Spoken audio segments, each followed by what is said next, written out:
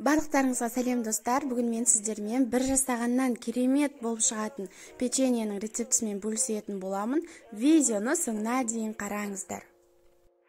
Бұл үшін бізге ең алдымен бөлме температурасындағы сары май, біздің құрғақ ингредиенттеріміз. Мен ингредиенттерді описанияға белгілеп кететін боламын. Шекер, 2 жұмыртқа және де мен салмасына грек жаңғағы мен шоколад қосатын боламын.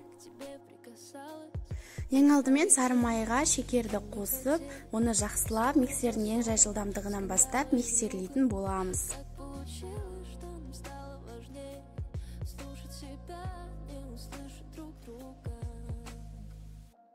Жұмыртқаны бір-бірден салып, жақсылап миксерлейміз.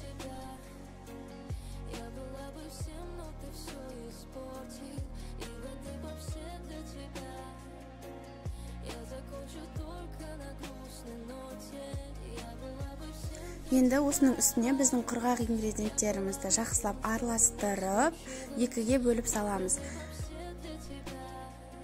Бірінші бөлігін жақсылап миксерлеп алып, оның үстіне мен шоколад пен жаңғақты саламын. Шоколадты осылай ұсақтап майдалап турап алған дұрыс, сонда біздің печеньеміз одан әрі дәмді шығады.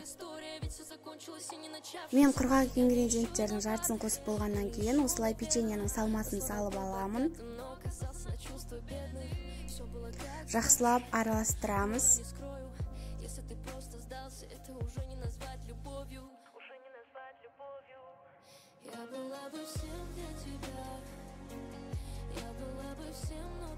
Енді біздің құрғақ ингредиенттеріміздің екінші бөлігін салып, жақсылап таза қолымызбен араластырамыз.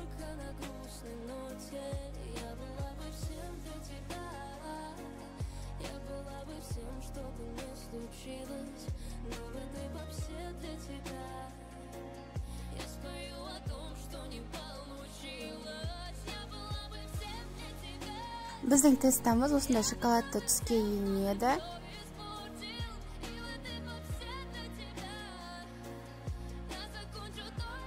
Менде тесті дайын болды. Енді осыны бір қасықтап алып, қолымызбен домалақтаймыз.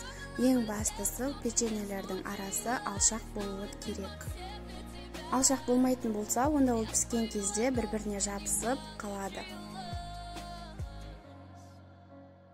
Міндетті түрде листтің астына противень төсеңіздер, әйтпесе печенье жабысып қалуы мүмкін. Біздің дайын болған печеньемізді 30 минутқа мұздатқышқа жібереміз. Мен мұздатқыштан алдым.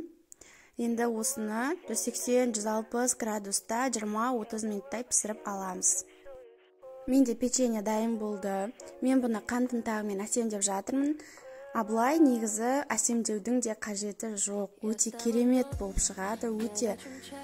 Сіздер 20 минут пісіретін болсаңыздар, бұл печенье жұмсақ болып піседі, ал егерде 30 минуттай пісіретін болсаңыздар, қытырлақ печенье болып шығады. Міндетті түрде жасап көріңіздер. Видеоны соңына дейін қарағандарыңызға рахмет.